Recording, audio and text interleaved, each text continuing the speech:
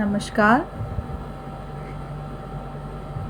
Government चाहे किसी भी पार्टी की हो, लेकिन जो अपोज़िशन होती है उसका भी मज़बूत होना बहुत ज़रूरी होता है। क्यों ज़रूरी होता है?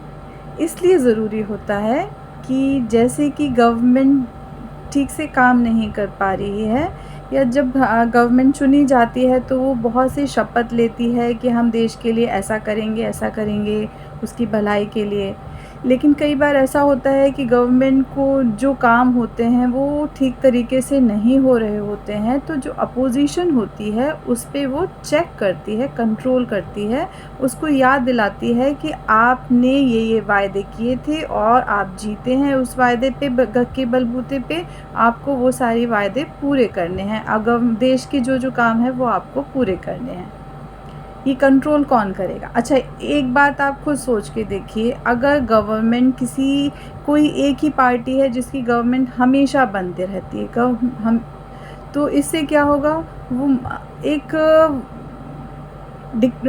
क्या बोलेंगे, जैसे किसी एक के हाथ में सत्ता आ जाती है तो वो मनमानी करने लगता है। उसकी मनमानी को कंट्रोल करने के लिए भी तो कोई होना चाहिए। इसीलिए अपोज़िशन का मज़बूत होना बहुत ज़रूरी होता है, जो उसके ऊपर चेक कर सके, कंट्रोल कर सके अपोज़िशन को।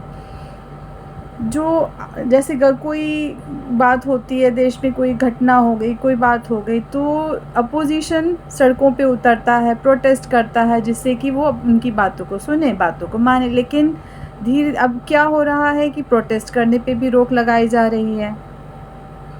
लोगों को ये समझना चाहिए कि मेजॉरिटी तो ठीक है, जो जीता है, जिसकी गवर्नमेंट है, कोई भी गवर्नमेंट है।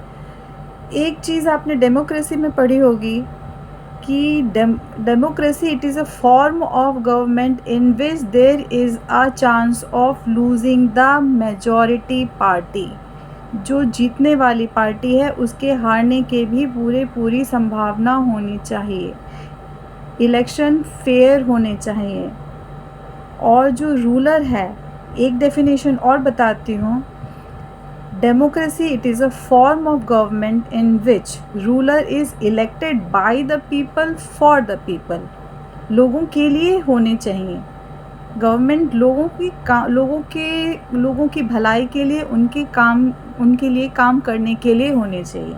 देश को तरक्की पे ले जाना है, डेमोक्रेसी बनाए रखनी है, तो ये सब बातों का तो ध्यान देना पड़ेगा।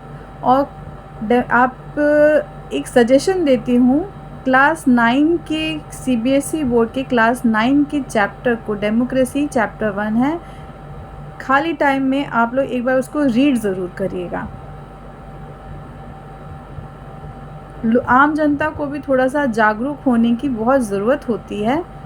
थोड़ा सा समय निकाल करके पढ़ भी लिया जाए।